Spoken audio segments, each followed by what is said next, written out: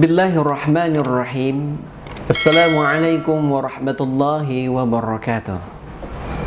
Alhamdulillahillazi qad akhraja nataijal fikri li arbabil hijjah wa khata anhu min sama'il aqli kulla hijja min sahabil jahli.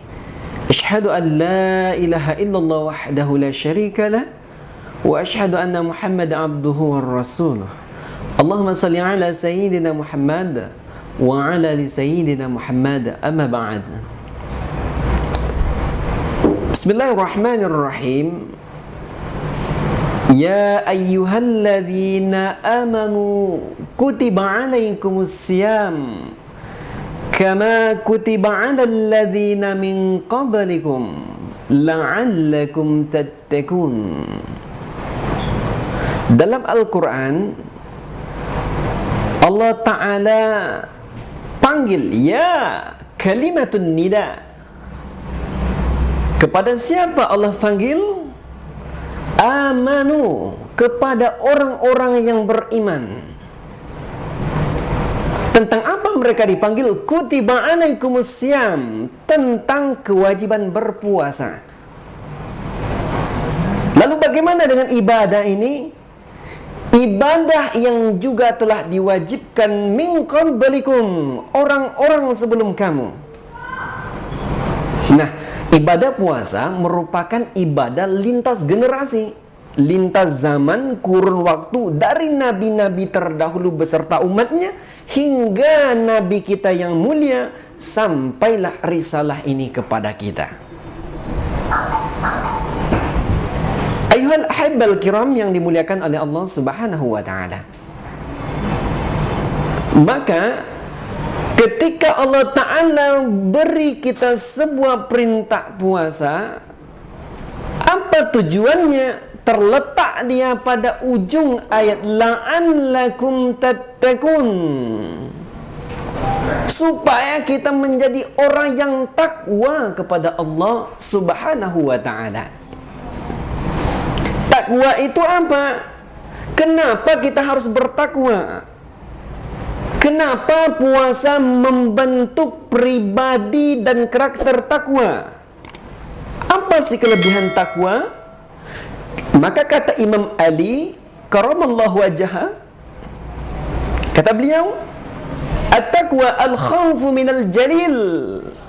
Yang pertama, kalau sempat dan orang itu sudah menjadi pribadi yang bertakwa, al-khawfu minal jalil, dia akan memiliki rasa khauf, takut kepada Allah Subhanahu wa ta'ala.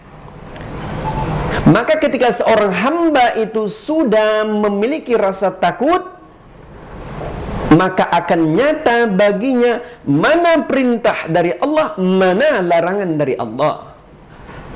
Tak perlu diawasi manusia ataupun dengan teknologi sekalipun. Ittaqullaha hasuma kunta, takutlah kepada Allah di mana saja kita berada. Maka ketika seseorang itu sudah berpuasa, maka akan tercantum dan terfatri dalam dirinya, pertama, sifat khauf, takut kepada Allah Subhanahu wa ta'ala. Berkata baik saja kita hati-hati, apalagi berkata dusta. Berlaku lalu sia-sia aja kita hati-hati, apalagi berlaku perbuatan yang mungkarat dan maksiat. Maka ketika bertakwa, ketika berpuasa, lahirlah sifat yang pertama, yaitu khauf, takut kepada Allah Subhanahu wa ta'ala. Yang kedua, ketika seseorang itu sudah berpuasa, dia menjadi pribadi yang bertakwa, maka muncul juga lagi wa amalu bitanzil, maka dia akan beramal dengan apa yang telah Allah turunkan kepada baginda Nabi Muhammad SAW, yaitu Al-Quranul Karim. Nah, ketika seseorang itu sudah memiliki gaya hidup sesuai dengan tuntunan Al-Quran, sesuai yang Allah kehendaki melalui tuntunan Al-Quran, dari tidur hingga dia tidur lagi, maka akan terciptalah sebuah pribadi yang paripurna, menenangkan di tengah manusia, memberi manfaat antara sesama, dan menjadi hamba-hamba yang terkasih di sisi Allah Subhanahu wa ta'ala. Maka Ramadan merupakan salah satu tarbiyah bagi kita. Tilawah Al-Quran, tadabbur Al-Quran. Maka ketika berpuasa, maka kesempatan kita juga untuk beramal dengan amalan Al-Quran. Yang ketiga, wal qana'atu bil qalil, merasa cukup dengan yang ada. Maka kata Imam Asy-Syafi'i, orang yang cukup itu apa? Al-istighna ani syai' labih.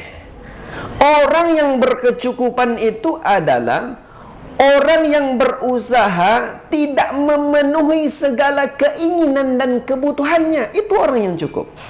Karena jikalau seseorang itu sudah berorientasi, berusaha, mengupayakan mencukupi segala keinginan dan kebutuhannya, itu tidak memiliki batas.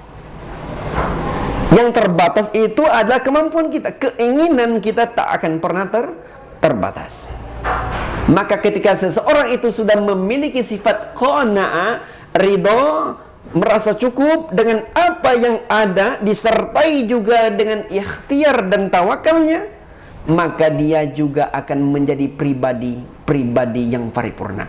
Ramadan melalui puasa juga mengajarkan kepada kita sifat takwa yang cabangnya yaitu yang bersifat qanaah, menerima, merasa cukup kita dengan yang ada. Maka dalam ilmu tasawuf itu tidak ada orang yang kikir.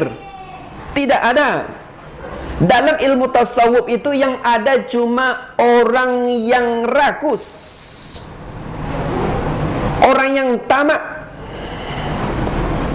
Karena tidak akan pernah ada orang yang kikir kalau tak ada orang yang berharap lebih atau orang yang tamak. Tak akan ada dijustifikasi, tidak akan ada orang dicap menjadi orang yang kikir kalau tak ada harapan-harapan yang berlebih. Maka dalam ilmu tasawuf itu dibahas tak ada orang kikir, tak pernah dikelompokkan orang pikir, yang ada hanya orang yang tamak. Maka melalui Ramadan, ibadah puasa, dilahirkan sifat takwa, maka terlahirlah sifat-sifat qanaah. Yang keempat, wal isti'dadu liyaumir rahil. Bagaimana kita bersiap, bersedia, beristi'dad untuk persiapan kita menuju hari akhir kita. Maka juga Ramadan mengajarkan melalui ibadah puasanya kepada kita bagaimana kita juga ditarbiyahkan tentang kehidupan kita yang tidak lama ini hanya seyogyanya untuk Allah. Kita persembahkan sesuai dengan tujuan penciptaan kita hanya untuk Allah, beribadah untuk Allah, karena dunia ini hanyalah tempat meninggal, bukan tempat kita tinggal. Kalau dunia kita pakai dan kita amati, dan kalau kita yakini sebagai tempat tinggal, maka kita akan lari dari ketentuan-ketentuan yang diinginkan oleh Allah. Sejatinya dunia ini tempat meninggal sebentar. Sittina wa sab'ina, kata baginda Nabi. 60 ke 70 itu umur kita, tak lebih. Ada yang lebih bonus, ada yang tak sampai, begitu jatahnya. Maka oleh karenanya beristiadat kita juga menuju hari di mana nanti kita akan dikembalikan oleh Allah Subhanahu wa ta'ala. Dan pada akhirnya, semoga Ramadan ini Allah beri kesempatan kita untuk beramal. Itu bukan sebuah kebetulan. Allah nak beri kepada kita, Allah nak kasih sama kita. Tandanya Allah ingin kita beramal, menambah amal-amal kita, menambah kebaikan-kebaikan kita, menambah persiapan-persiapan kita untuk nanti kita berpulang menuju Allah Rabbul Jalal Jalaluh. Dan pada akhirnya, semoga Ramadan ini menjadi Ramadan yang manfaat bagi kita, Ramadan yang terindah bagi kita, dan momen-momen nanti menjadi momen yang sangat kita tunggu dan kita kenang nanti di akhir masa. Dan pada akhirnya kami ingin menyampaikan sebuah syair tentang gambaran sebenarnya kehidupan kita di dunia. Beribadah kita, beramal kita, bekerja kita. Apa yang kita cari, apa yang kita tunggu di dunia ini. Sebuah syair yang disampaikan dan juga masyhur juga disampaikan oleh Kiai Haji Abdurrahman Wahid Al-Dahil itu. Apa kata beliau? Waladat ummuka yabna Adam bakian. Engkau dilahirkan dari perut ibumu, hai anak Adam, bakian, dalam keadaan menangis. Wan nas haulaka, dan manusia di sekitar engkau itu, di sekitarmu itu, yadhakuna surura, mereka bahagia, tertawa, gembira dan riang menunggu kelahiran dan menyambut kedatanganmu. Faj'al li nafsika an takuna idza bakau fi yaumi mautika. Maka jadikanlah dirimu anak Adam, antakuna idza bakau, tak kala mereka menangisi fi yaumi mautika, pada hari kematianmu, mengenang kebaikanmu, mengenang jasa-jasamu, mengenang akhlak dan budi pekertimu, mengenang segala manfaat yang engkau berikan kepada mereka. Dohikam masruro, engkau sendiri yang tertawa bergembira, engkau sendiri yang tertawa riang dan bersenang hati. Kenapa? Kebaikan engkau tinggalkan, manfaat engkau berikan, akhlak-akhlak budi pekerti engkau warisi. Dan puncak tertinggi dari kebahagiaanmu itu adalah engkau bertemu dan berjumpa dengan Rabbnya alam, Allah subhanahu wa ta'ala. Demikianlah yang bisa kami sampaikan. Semoga ada manfaat bagi kita bersama, terutama bagi Al-Fakir sendiri yang menyampaikan. Ihdinas siratal mustaqim. Assalamualaikum warahmatullahi wabarakatuh.